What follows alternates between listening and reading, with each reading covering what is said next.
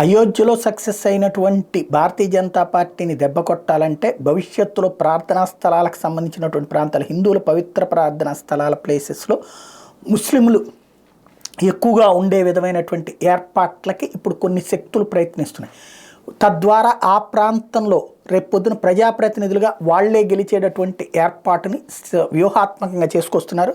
హరిద్వార్లో 40% మంది ముస్లింలు ఉంటారు, కాశీలో 35% మంది, ద్వారకాలో 20% మంది, మధురాలో 15% మంది, అయోధ్యలో 20% మంది, ఉజ్జయిన్లో 20% మంది. ఈ ఉజ్జయిని, అయోధ్య, మధుర, ద్వారక ఈ ప్లేసెస్లో ఇంకో 10-15% చేరిస్తే కనుక అక్కడికి పోలరైజేషన్ జరుగుతుంది. అంటే ఏది చిన్న చిన్న ఉపాధి ఉద్యోగ అవకాశాలు అక్కడ ఉన్నాయని చెప్పి తీసుకువెళ్ళడం. లైక్ ఇప్పుడు హైదరాబాద్కి పాత బస్తీకి ఎక్కడి నుంచి వస్తుంటారు, ఎక్కడెక్కడి నుంచో బెంగాల్ ఇట్లాంటి చోట్ల నుంచి కూడా వస్తారు, అక్కడికి ఎక్కడి నుంచి వస్తారు, బంగ్లాదేశ్ నుంచి వస్తారు.